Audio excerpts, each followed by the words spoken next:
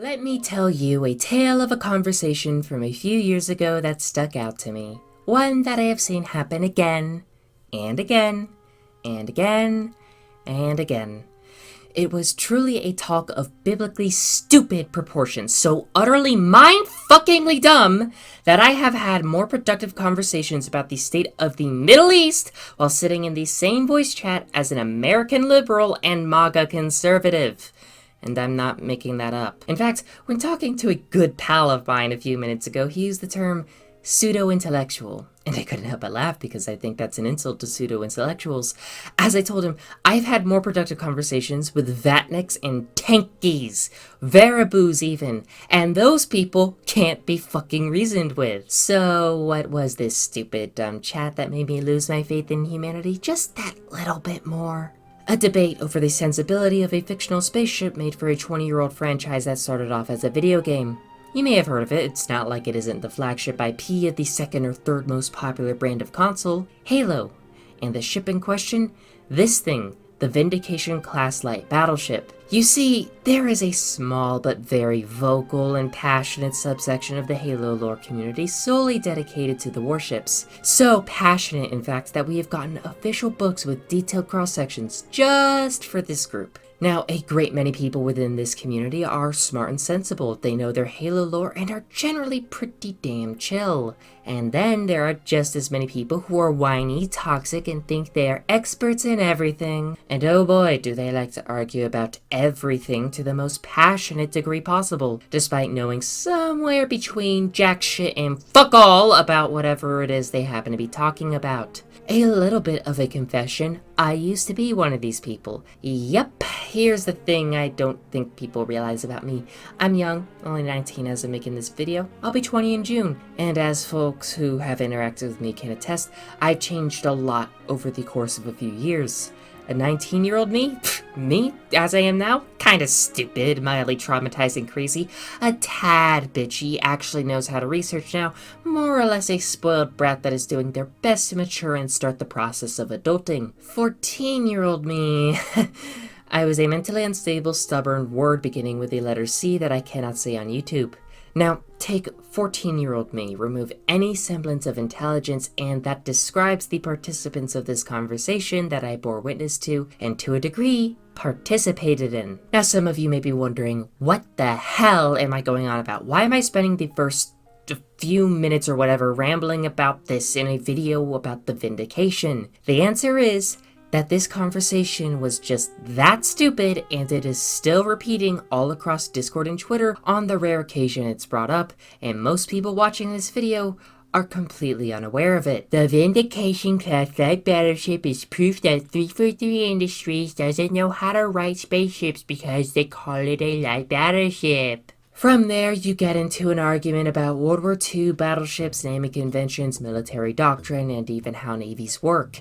Yeah, that's how deep this rabbit hole goes. This very loud, angry part of the lore community just loves to rag on every single new piece of warship lore made for Halo because, quite frankly, none can't be bad. Daddy Bungie was the best of all things including lore. You know, ignoring the fact that it was under Bungie that we got accidental things like plasma torpedoes moving at half the speed of light, and they never actually worked to keep the lore consistent. No, really, they didn't. Yes, Bungie's games were masterpieces, but when you break into their lore, it's a mess. Honestly, it's an entirely different video because, frankly, Bungie has, for the majority of its existence, been very bad at organizing its own lore. Just look at how they've been handling Destiny's Grimoire for years. And as a final note on that point, a lot of the community's fan-favorite stories, like, say, Fall of Reach, weren't even written by Bungie. Bungie actively hated those stories. A lot of the extended lore was handed off to out-of-studio authors who Bungie hated. So, moving back to the Vindication, the argument that the Vindication makes no sense hinges on one thing, one single thing, that it is called a light battleship. It seriously is just that. There is a group of people that passionately champion this ship as proof of 343 Industries not knowing how to write warships. There is nothing else about the ship that is talked about. No, it is literally just that the word light is used in tandem with battleship. and they have gone so far off the deep end that they will scream about World War II for hours and then plug their ears and shout, "I can't hear you, I can't hear you, I can't hear you," even louder. I recently got a very bitter reminder of this conversation while making the mistake of going onto the part of Twitter infested with the lore community. I love and hate it. So, you know what? I'm going to humor them. I'm going to explain why the Vindication makes perfect sense within Halo's lore, and to indicate just how little of a life I have, I'm going to incorporate real-life historical arguments into this. Yep, this has absolutely no bearing on my life and is super stupid, but I'm doing it anyways. Also, a quick but important thing to note, I am not an expert on history or the military or military history. Yes, I am majoring in political science and history. Yes, I am going to major in defense and strategic studies for my postgrad. Yes, it is my intention to attend officer candidate school one day. But even then, I'm not an expert. Even when I go to OCS, I will still not be an expert, and even if I get a commission as an officer, I will still not be an expert. There is a difference between just being an officer and actually having the specified qualifications within a specific field as a specific type of officer. And quite frankly, you aren't an expert either, Timmy, who may or may not furiously type in my comments. Honestly, I'm more likely to receive a DM on Instagram or Twitter, but maybe I won't. We'll see. I'm addressing a small but annoying part of the community, purely because it's relevant to the content I make, and also I'm bored. It really is that insignificant in the grand scheme of things. Why are you even watching me? I'm a cringy Halo nerd. Half this video isn't even gonna talk about Halo with...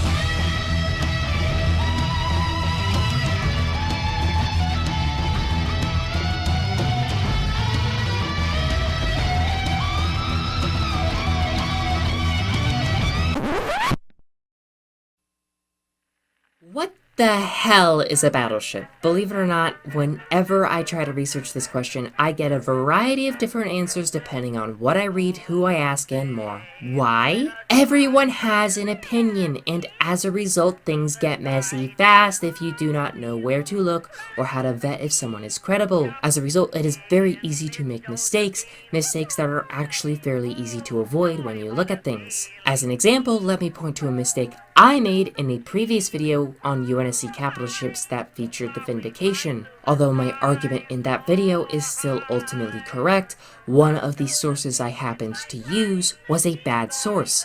I used a book written by Robert Farley, a guy who wrote another book advocating for the dismantling of the United States Air Force as a branch. Something I would have known had I looked into the author. So, although again my point still stands as it was supplemented by a variety of factors, I will admit that my argument was hindered by a weak source. Nobody called me out on this, by the way. I figured that out for myself while I was writing this video. It happens to the best of us. What's important is that we learn from those mistakes to help ensure we make better quality content. Getting back to the question of how to define what a battleship is, Drakenfell has an excellent video on the matter of Iowas, the HMS Hood, defining ships, and how odd it can be. If you want to go down the rabbit hole as I did, start there, then start reading books and archived government documents. Lots of fun if you enjoy digging and investigating. But I digress. Here's the TLDR. The definition is complicated. Any disagreement quickly becomes a case of semantics, of people pointing to this ship and that ship, how thick its armor is, the caliber of its guns, etc, etc. Then you get into things like definition by mission rules, which then gets into generations. Alongside that, you have definition by design comparison, definition by specifications. It goes on and on, capability, intent, role within a specific fleet as opposed to another. It just continues. Sometimes historians will make their own terms that wind up being adopted, like fast battleship. Even studying official policy and terminology can send you on a different path because different nations define their warships differently, be it for practical, political, economic, intelligence, or legal reasons. Just to give you an example of what I mean, Japan isn't allowed to have aircraft carriers post-World War II, so it has a neat little thing it likes to call the Izumo-class helicopter destroyer. That is conveniently the perfect size to launch F-35s after some modifications.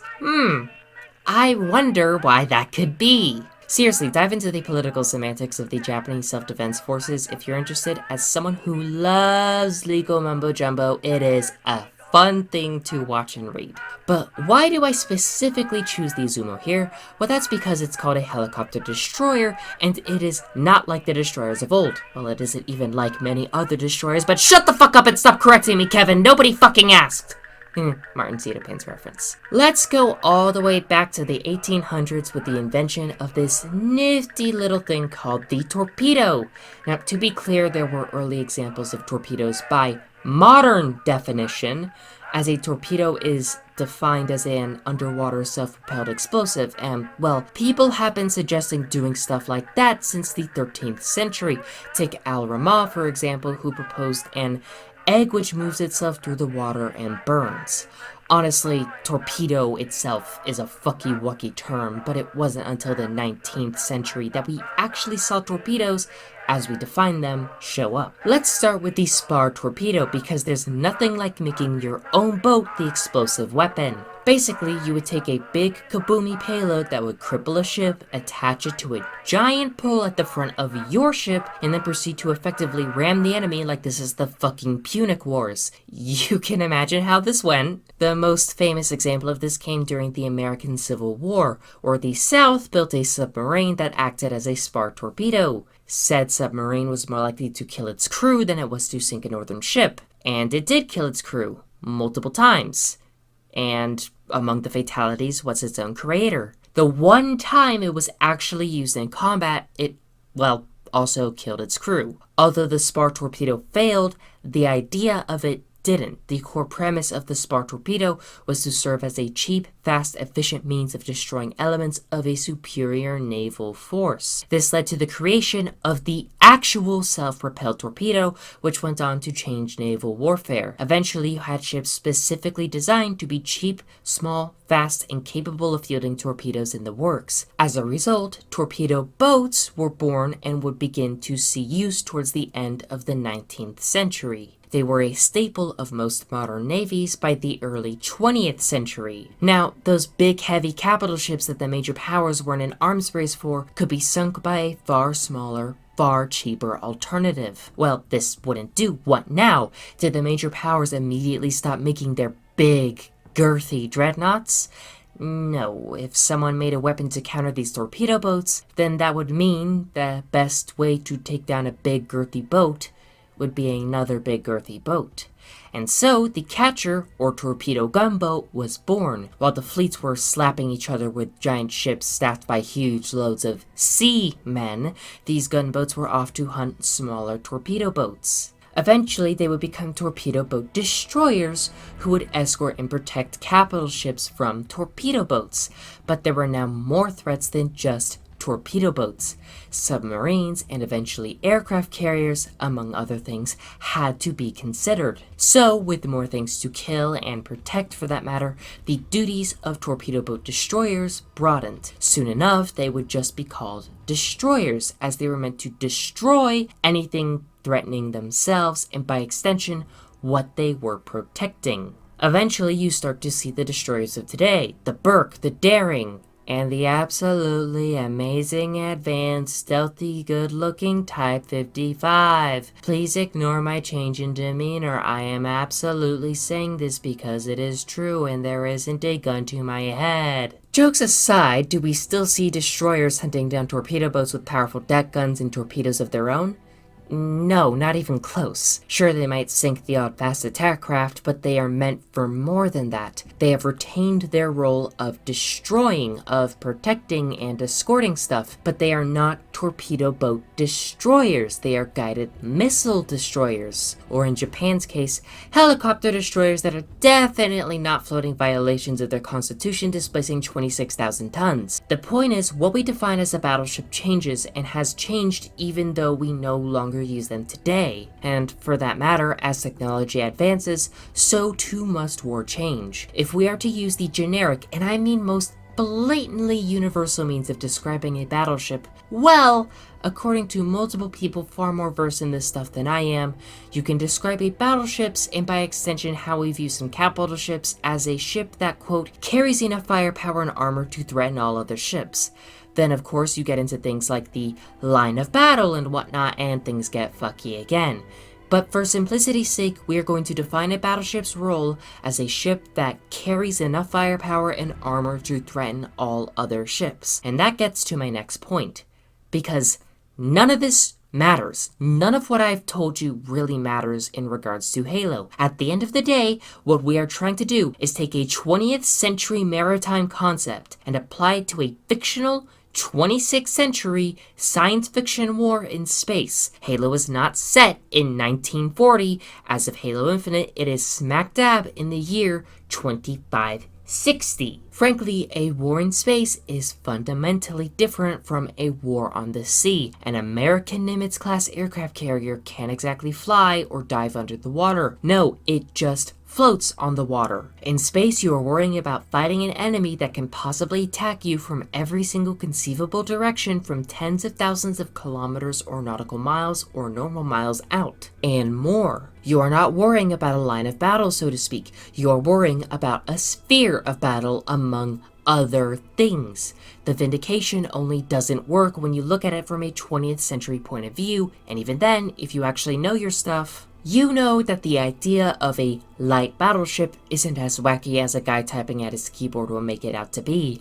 I mean, you have battleships, battle cruisers, super heavy cruisers, etc., etc., etc. And some battleships are of significantly lighter tonnage, armor, and armament than others. But nonetheless, trying to compare the Vindication to a 20th century battleship is like trying to compare the SR-71 to a hot air balloon used for gathering intelligence in the 1860s. Sure, they are both flying over and observing hostile territory, but you would be laughed out of the room for trying to take an apple and an orange and say the red one should be orange. Yeah, the apple is a fruit, but it is clearly not a fucking orange. The SR-71 is not a fucking balloon. And again, all of this ignores the lore of Halo, the development of warfare in Halo.